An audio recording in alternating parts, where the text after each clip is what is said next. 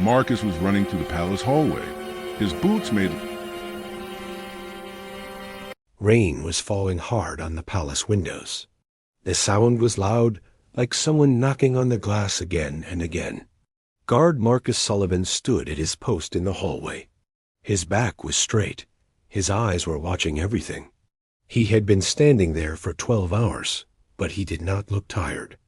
Marcus was 42 years old. He had worked at the palace for 20 years.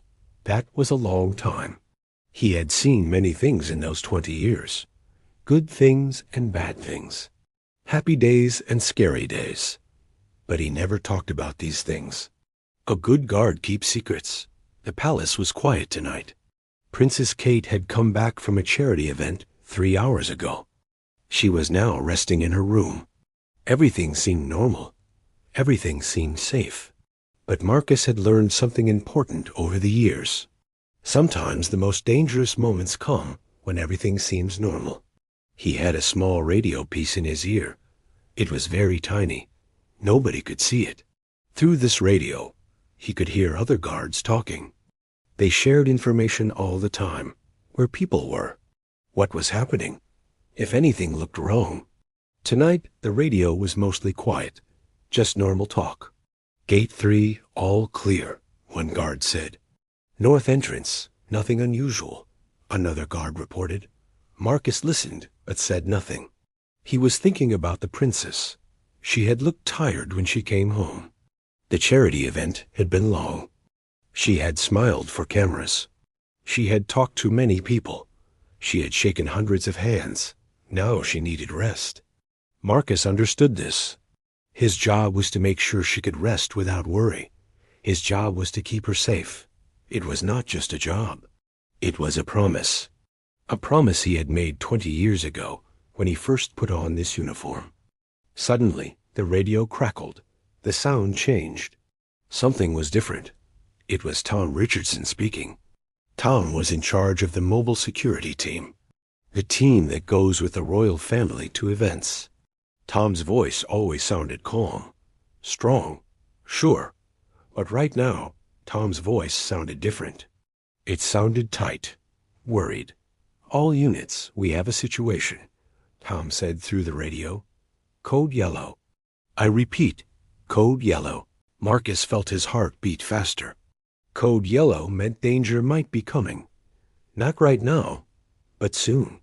It meant all guards needed to be ready, to watch carefully, to prepare. Around Marcus, other guards stood up straighter. Their relaxed bodies became tense, ready for anything. They had all heard the same words. Code yellow. Then Tom said something that made Marcus's blood turn cold. We are checking something from the charity event earlier today. There might be a security problem. The princess might be in danger. We heard her name in some bad communications. They said Kate. They used her name. Marcus stopped breathing for a second. Using the princess's real name on the radio was very unusual. Guards always used code names. Always. Using her real name meant something was very wrong. It meant Tom was scared. Really scared. Marcus looked down the hallway. He could see the door to Princess Kate's private rooms. 2 other guards stood there. They looked alert now. They had heard the radio too. The radio spoke again. All units must stay where they are. Wait for orders. Command is looking at the information now. Do not do anything on your own. Wait for permission. Those words should have made Marcus feel better. The system was working. Smart people were studying the problem. Soon they would tell everyone what to do. That was how things worked. There were rules. There were procedures. Everyone followed them. But Marcus felt something strange in his stomach. A bad feeling. He had learned to trust these feelings. Sometimes his feelings told him things before his mind understood them. And right now, his feelings were screaming that something was very, very wrong. He thought about the way Tom had said, Kate, the fear in his voice.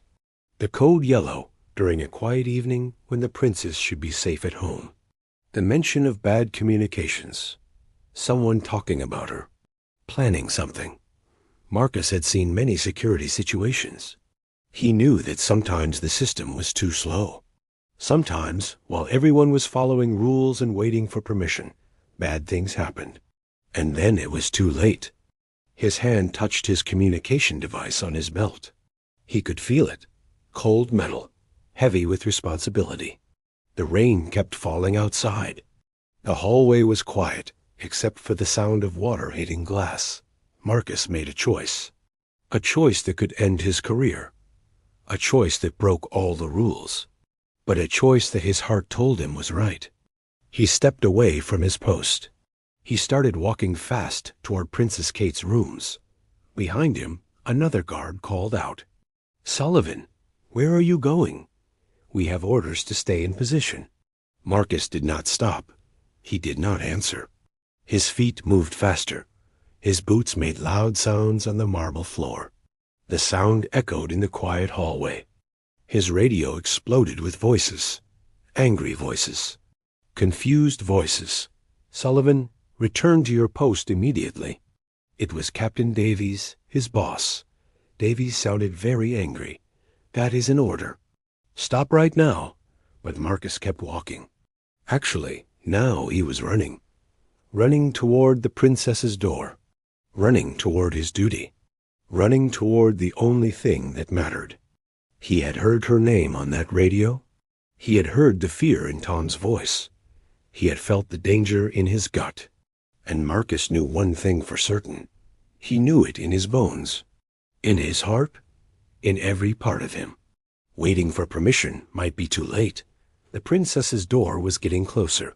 50 feet. 40 feet. 30 feet. His heart was pounding. His breath was coming fast. Behind him, he could hear other guards shouting.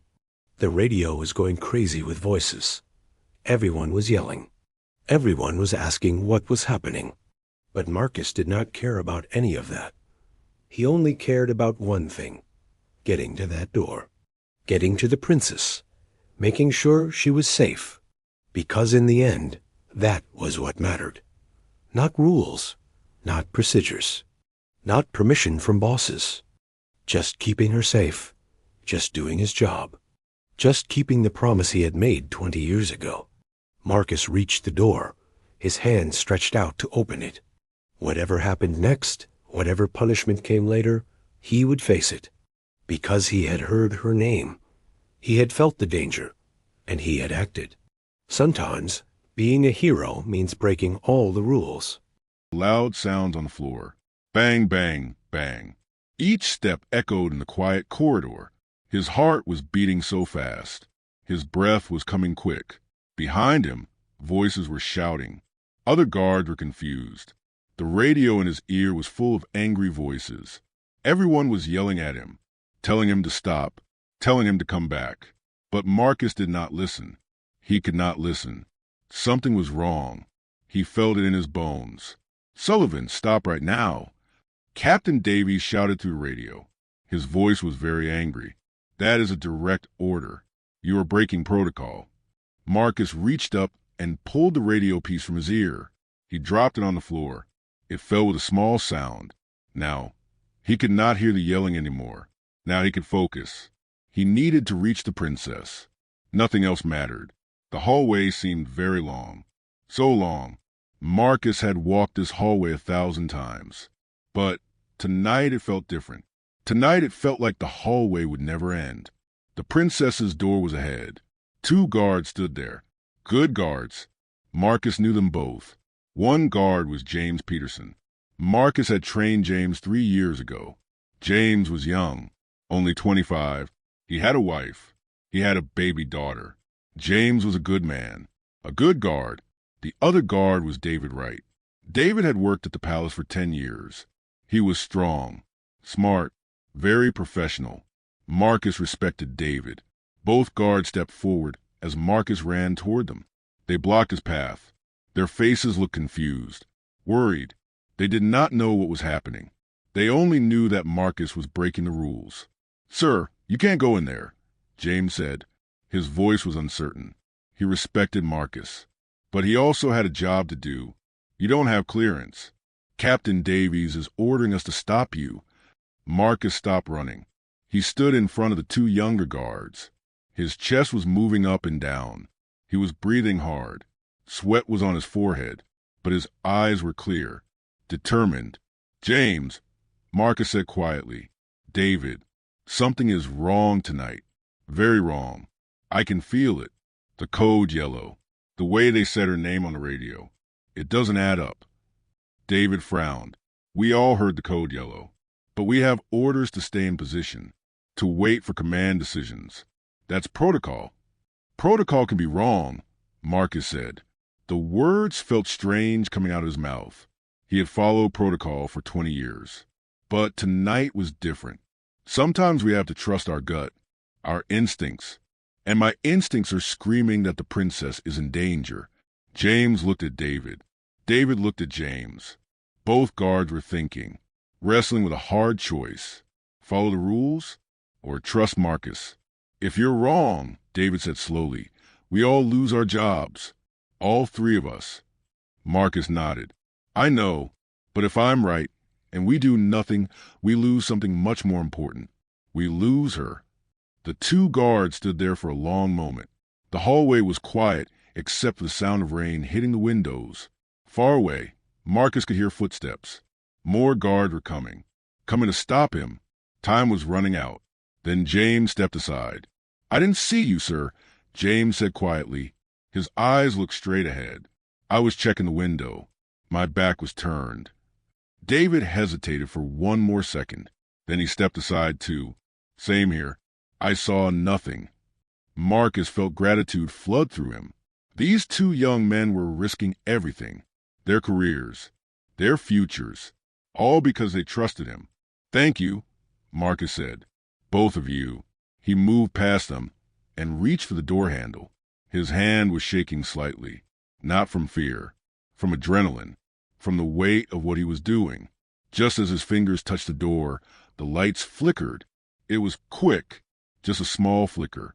The lights dimmed for half a second, then came back on. Most people would not notice it, but Marcus noticed. He had worked in this palace for 20 years. He knew every sound, every pattern, every normal thing. Flickering lights were not normal. James and David noticed too. Their hands moved to their weapons. Their eyes became alert, sharp. "That was weird," David said quietly. The lights flickered again. This time it lasted longer. 1 full second of dimness. Then they came back. Marcus's blood turned to ice. The palace electrical system was huge, strong, modern. The lights did not just flicker for no reason. Someone was doing something, messing with the power, maybe, or using lots of electricity somewhere. Something was happening. "David, get on your radio," Marcus said urgently. "Report the power fluctuation. Tell them." He stopped talking. From inside the princess's room, he heard a sound, a voice, a woman's voice, raised, alarmed. "Princess Kate." Marcus did not think anymore. He just acted. He grabbed the door handle and pushed it open, hard. The door swung wide and Marcus rushed inside, with James and David right behind him. The sitting room looked normal at first. Beautiful furniture, fresh flowers, soft lighting, everything in its place. But Princess Kate was standing in the middle of the room. She was holding her phone. Her face was pale. Her eyes were wide. "There's someone outside," she said, her voice tight with controlled fear. "In the East Garden. I saw them from the window. A person, moving in the shadows. They shouldn't be there." Marcus's mind started working fast. Very fast. The East Garden was supposed to be empty after dark, secured, locked down. But he knew something that most guards did not know. The security cameras in the East Garden had a blind spot, a gap. They had reported it months ago. But the fix had been delayed. Budget problems, paperwork, red tape. Only senior guards knew about that blind spot. Only people with high-level access to security reports. Someone with inside knowledge was out there. "David," called in. Marcus ordered. "Possible intruder in the East Garden. Lock down the palace. Now." David grabbed his radio and started talking fast, giving orders, requesting backup. The palace security machine was coming alive. Marcus moved to the window, staying to the side. He looked out carefully into the darkness. The rain was still falling. The garden was mostly shadows. But then he saw it, a figure, a man, wearing dark clothes, moving quickly toward the side entrance of the palace. "I see him," Marcus said. "He's heading for the service door." James was already on his phone, coordinating with other units. Teams are moving to intercept. 2 minutes out. But Marcus knew 2 minutes might be too long. His instincts were still screaming. This was not just a random intruder. This was planned, coordinated. The code yellow, the flickering lights, the person in the blind spot of the cameras. It all fit together. "Your Highness," Marcus said, turning to face Kate, "we need to move you to a secure location. Right now." She nodded. She was scared, but she was not panicking. Years of security training had prepared her for moments like this. "Where?" "The secure room in the basement," James suggested, but Marcus shook his head. "No. If this person knows about the camera blind spot, they might know about our standard evacuation routes too. We need to use something else. Something unexpected." He looked at the bookshelf on the wall. An idea was forming in his mind. A risky idea, but maybe the only good option. "There's another way," Marcus said. "An old servant's passage, behind that bookshelf. It leads to the basement tunnels. Most people have forgotten it exists." Kate stared at him. "I've lived here for years. I never knew that was there." "That's the point," Marcus said. Suddenly, from somewhere in the palace, they heard a loud sound. Boom! An explosion. Not huge, not enough to bring down walls, but enough to shake the floor, enough to rattle the windows, enough to send fear racing through everyone in the room. "That came from the east wing," David said, his face pale. "Where your regular bedroom is, ma'am." Kate's hand went to her mouth. "My children are in the country with your husband," Marcus reminded her gently. "They left this morning. They're safe." Relief showed on her face for just a moment, then understanding.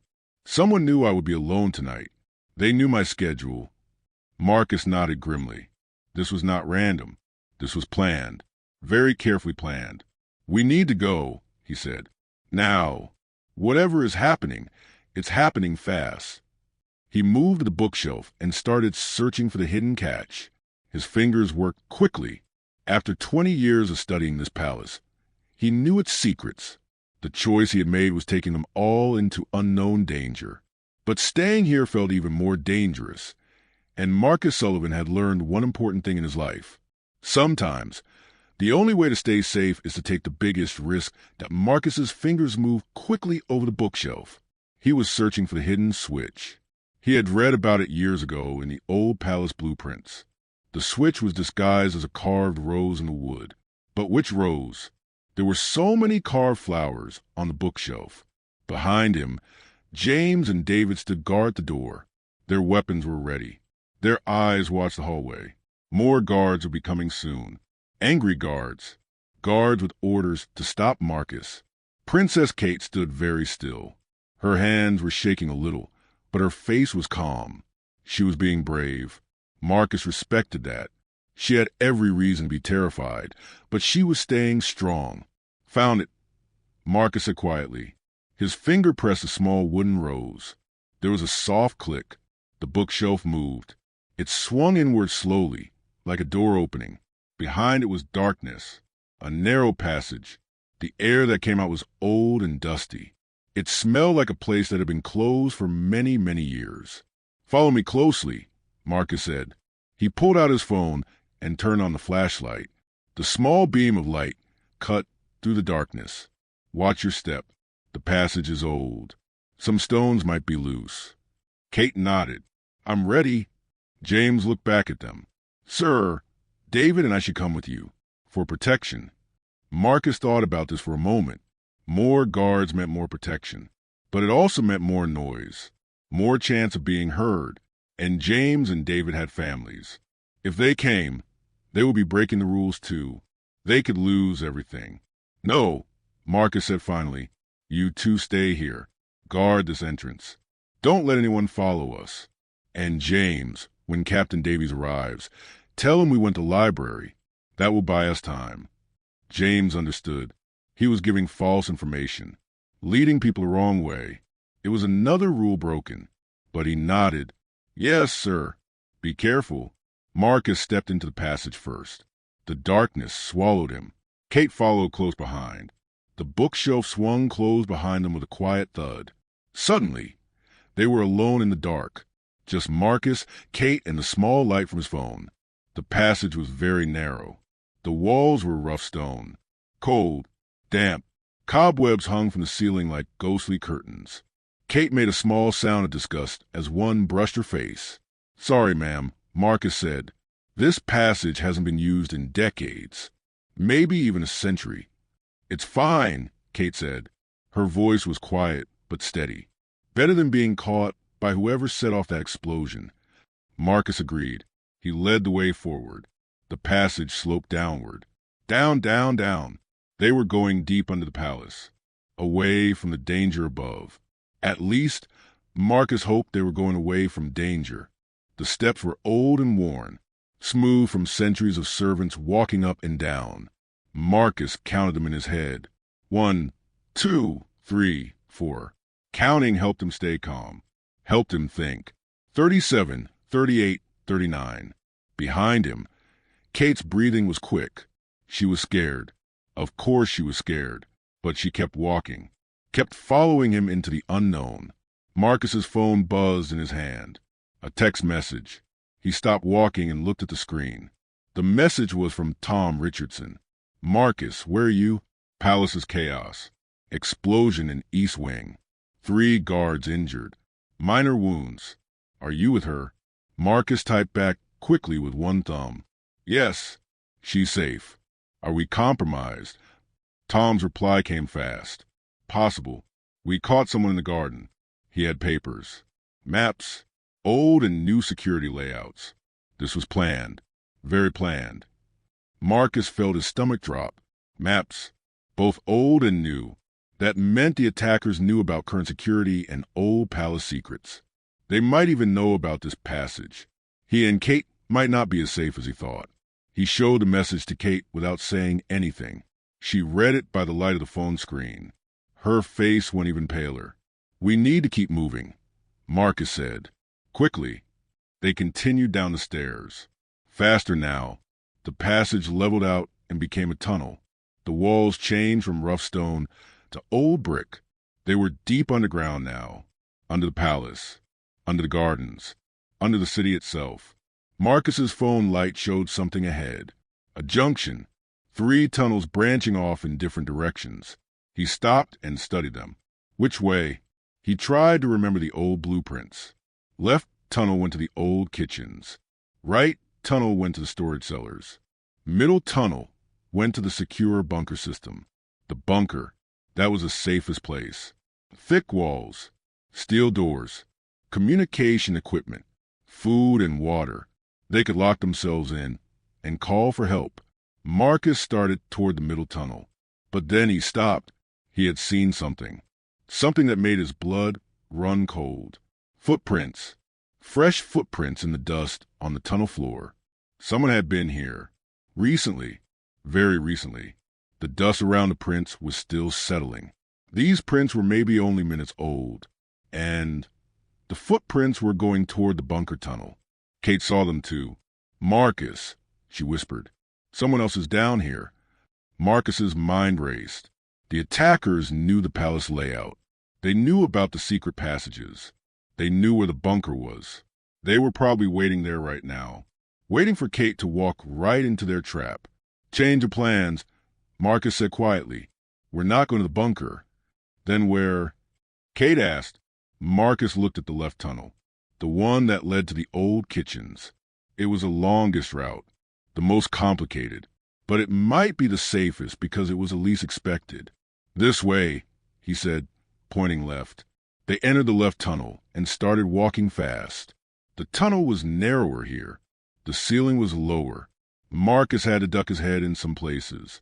Kate, who was shorter, could walk normally. After about 5 minutes of walking, Marcus heard something that made him stop. A sound, faint, far away, but definitely there. Footsteps. Someone was following them. Marcus grabbed Kate's arm and pulled her close. He turned off his phone light. Darkness wrapped around them like a thick blanket. Complete darkness. So dark that Marcus could not see his own hand in front of his face. They stood very still, very quiet. Try not to breathe too loud. The footsteps were getting closer.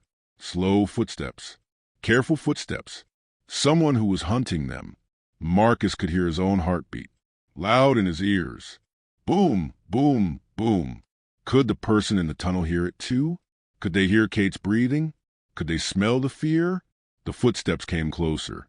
Closer. They were maybe 30 feet away now. Maybe 20. In the complete darkness, it was hard to tell. Marcus's hand moved to his weapon. His fingers wrapped around the grip. If the person came too close, if they threatened Kate, Marcus would have to act. He would have to fight. In the dark, against an enemy he could not see. The footsteps stopped. Silence. Complete silence. Why had they stopped? Was the person listening? Had they heard something? Or were they just being careful? Marcus held his breath. 10 seconds passed. 20 seconds. 30. Then a voice spoke out of the darkness. A familiar voice. A voice that made Marcus's heart sink. Marcus, I know you're down here. There's no escape. The tunnels are all blocked. All the exits are covered. You can't run. You can't hide. Just give her to me, and nobody needs to get hurt. It was Captain Davies, his boss, his commander, the man who was supposed to protect the royal family. Captain Davies was a traitor. Marcus felt Kate grab his arm. She had recognized the voice too. The shock was clear even though he could not see her face. Marcus. Davies called out again. His voice echoed in the tunnel. You're a good guard, the best I've ever seen. Don't throw your life away. Hand over the princess. Walk away. I'll make sure you're taken care of. Money, new identity, a life somewhere warm and safe. Marcus said nothing. He just stood there in the dark, thinking, planning. Davies was offering him a deal, money and freedom in exchange for betraying everything he believed in. Some choices are easy. This was one of them. Marcus leaned close to Kate's ear and whispered so quietly that only she could hear. When I create a distraction, you run. Straight ahead. Don't stop. Don't look back.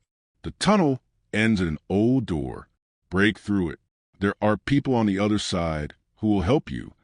Marcus, no, Kate whispered back. I won't leave you. You have to, Marcus said. That's an order from your guard, your protector. Before she could argue, Marcus made his move.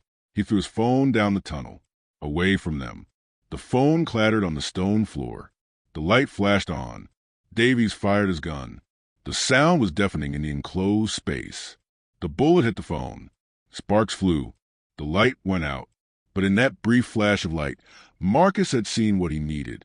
Davies' position, his stance, the fact that he was alone. Run, Marcus shouted to Kate. And in the darkness, the battle began.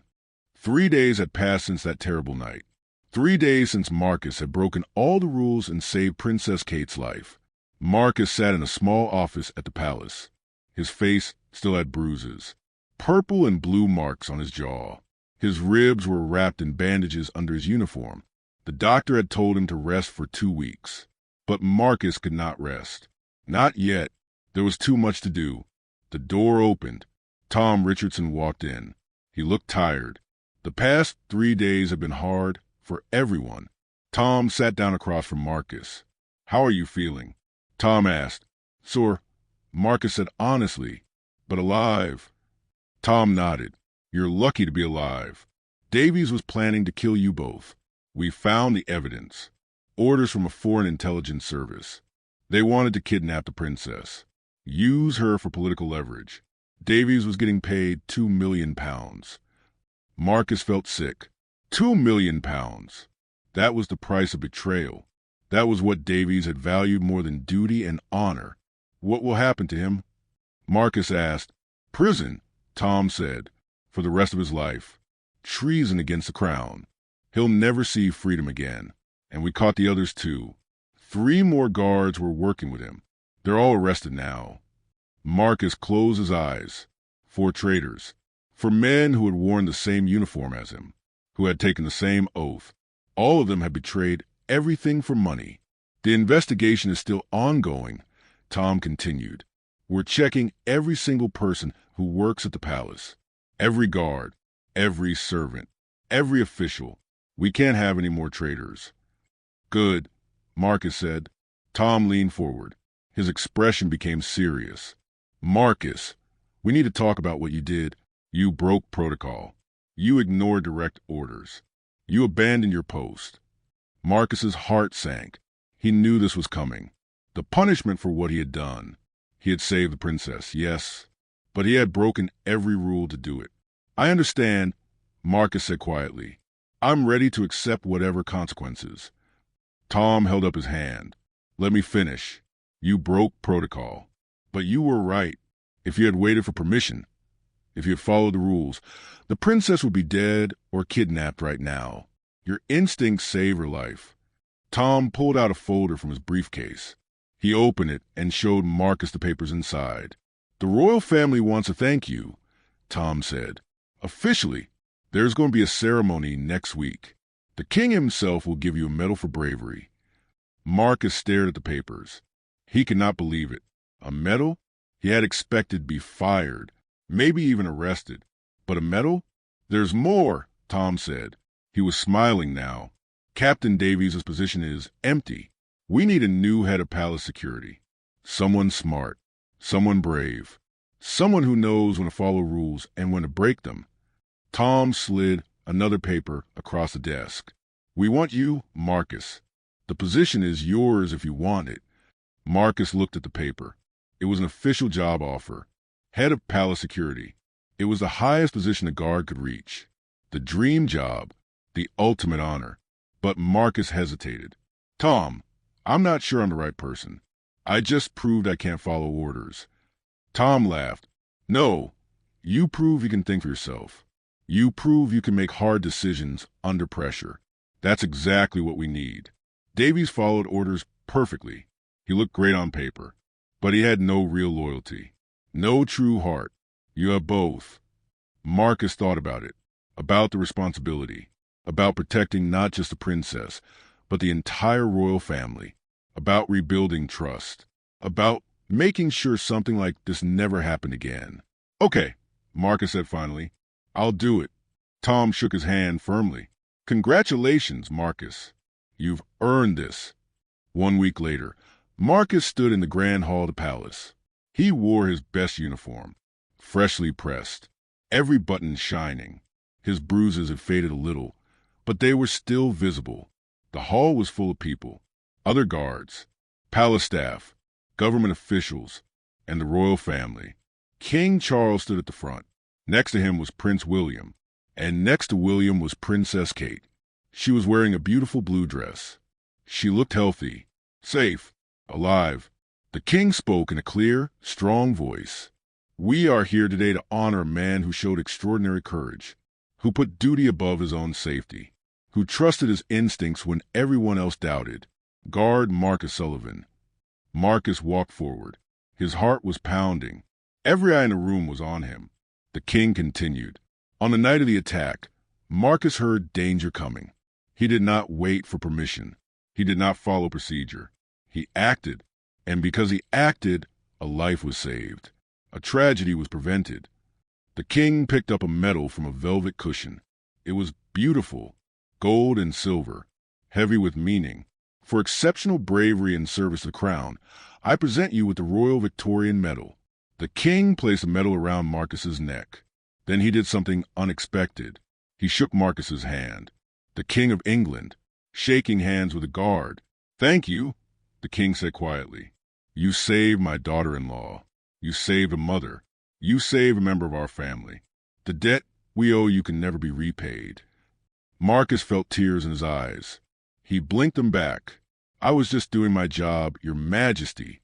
No, The king said. "You did more than your job. You did what was right." The ceremony ended. People clapped. Marcus walked back through the crowd. Guards patted his shoulder. People smiled at him.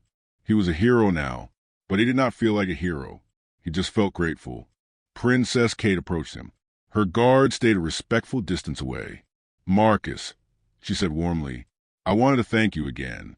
Privately. What you did that night. You gave me the chance to see my children grow up, to continue my work, to live. That's a gift I can never repay."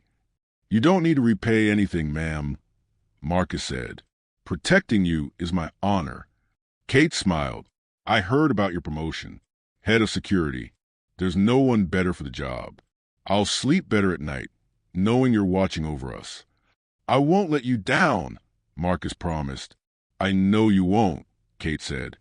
"Because you care, really care, and that makes all the difference." That night, Marcus returned to his apartment. It was small, simple, but it was home. He took off his uniform carefully.